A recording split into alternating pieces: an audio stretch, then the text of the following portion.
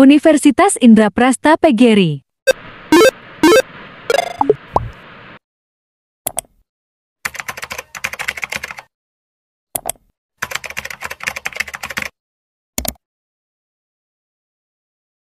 Assalamualaikum warahmatullahi wabarakatuh.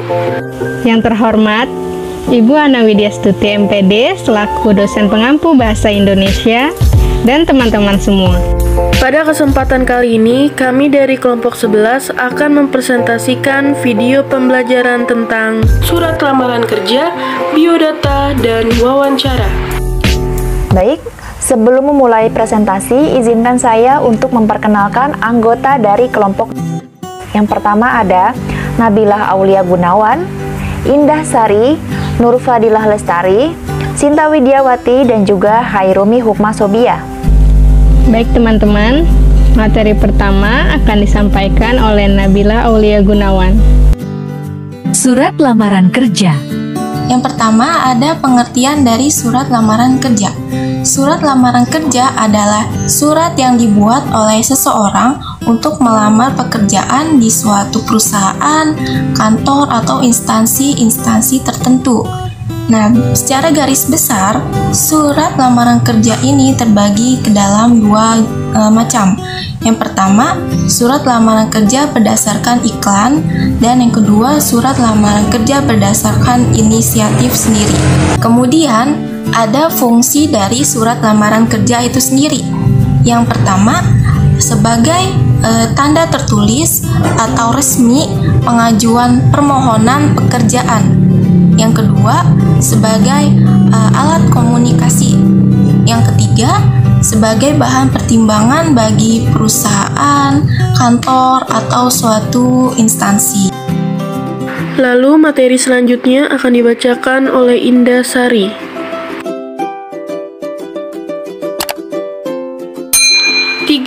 Cara membuat surat lamaran kerja. Yang pertama, kalian dapat menggunakan bahasa yang baik dan benar atau bahasa formal. Kedua, tulislah kalimat secara singkat dan jelas.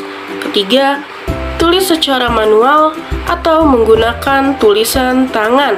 Keempat, perhatikan kebersihan surat lamaran kerja kalian. Jangan sampai ada coretan bahkan noda bekas penghapus pada surat lamaran kerja. Yang kelima, isi secara jelas data diri Anda dan suatu informasi tentang Anda, serta lampirkan dokumen-dokumen pendukung lainnya. Yang terakhir, jika kalian mempunyai sertifikat pendukung yang bisa menambah nilai plus untuk diri Anda, jangan ragu untuk melampirkannya. 4. Bagian-bagian dalam surat lamaran kerja. Yang pertama, tempat dan tanggal pembuatan surat lamaran kerja, hal atau perihal, alamat yang dituju, salam pembuka, isi surat, salam penutup, dan yang terakhir, nama terang dan tanda tangan. Cara menulis surat lamaran kerja.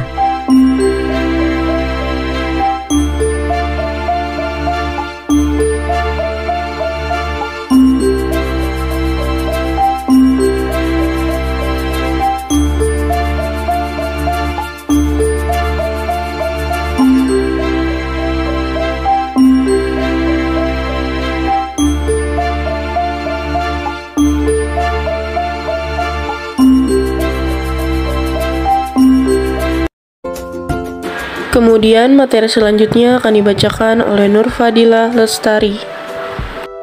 Biodata dan wawancara. Lalu ada pengertian dari biodata diri. Biodata diri adalah sebuah data diri atau riwayat hidup singkat. Biodata diri seringkali digunakan untuk informasi penting tentang data diri Anda yang digunakan atau dibutuhkan dalam sebuah data diri ataupun dalam sebuah formulir.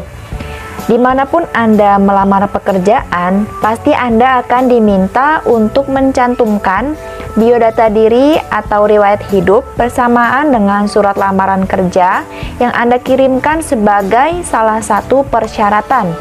Lalu ada pengertian dari wawancara. Wawancara ialah tanya jawab dengan maksud memperoleh data untuk keperluan tertentu. Wawancara dilakukan oleh dua pihak, yaitu pihak pewawancara dan yang diwawancarai atau narasumber. Wawancara dapat dikelompokkan berdasarkan perangkat dan teknik pelaksanaannya. Yang pertama ada wawancara serta-merta atau langsung, wawancara dengan petunjuk umum, dan juga wawancara dengan menggunakan seperangkat pertanyaan yang telah ditentukan. Selanjutnya akan dibacakan oleh Sinta Widiawati. Selanjutnya ada tujuan wawancara. Tujuan dilakukannya wawancara adalah untuk menggali informasi tertentu dari narasumber. Agar tujuan tersebut tercapai, kegiatan wawancara harus dilakukan berdasarkan tahap-tahap wawancara. Berikut ada tahapan-tahapan wawancara. Di dalam tahapan wawancara terbagi menjadi dua. A. Tahapan persiapan, B. Tahapan pelaksanaan. Di dalam tahapan persiapan terbagi lagi menjadi 5, yaitu tentukan tujuan wawancara yang akan dilaksanakan. Yang kedua, tentukan informasi, keterangan, dan data yang diperlukan sesuai dengan tujuan wawancara. Yang ketiga, pilihlah instansi atau orang-orang yang dapat dijadikan narasumber untuk memberikan informasi, keterangan, dan data yang diperlukan. Keempat, hubungilah narasumber sebelum wawancara dilaksanakan. Dan yang terakhir, kelima, susunlah pokok-pokok pertanyaan yang akan digunakan dalam pelaksanaan wawancara. Kemudian, B. Tahap pelaksanaan. Dalam tahap pelaksanaan terbagi lagi menjadi 3. Pertama, tahap pembukaan. Kedua, tahap inti. Dan yang terakhir, ketiga, tahap penutup. Akhiri kegiatan wawancara dengan kesan yang baik dan menyenangkan. Dan yang terakhir akan dibacakan oleh Hairumi Hukma Sobia. 3. Menulis laporan wawancara. Setelah proses wawancara berlangsung, pewawancara harus menuangkan hasil wawancaranya ke dalam sebuah laporan. Menulis laporan merupakan kegiatan terakhir dari proses wawancara. Laporan wawancara dapat disusun dalam jurnalistik seperti yang kita lihat di koran-koran.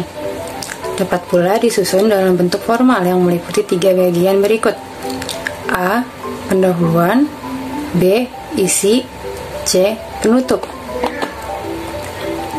Lalu, hal-hal yang harus diperhatikan dalam penulisan laporan hasil wawancara. Yang pertama, penulisan hendaknya memperhatikan ejaan dan tata bahasa baku. B. Penulisan hendaknya tidak melakukan penafsiran yang terlalu jauh atau berlebihan. C. Pilihlah informasi yang penting dan relevan. D. Penulis hendaknya memelihara kerahasiaan dan menjaga nama baik narasumber. E. Memperhatikan sistematika atau urutan laporan. Sekian video pembelajaran dari kelompok kami. Mohon maaf apabila ada kekurangan dalam penyampaian materi kali ini. Semoga video pembelajaran ini dapat bermanfaat untuk teman-teman semua. Jangan lupa untuk memberikan like dan subscribe pada channel ini. Terima kasih bagi semua teman-teman yang sudah menonton video pembelajaran kelompok kami. Wassalamualaikum warahmatullahi wabarakatuh.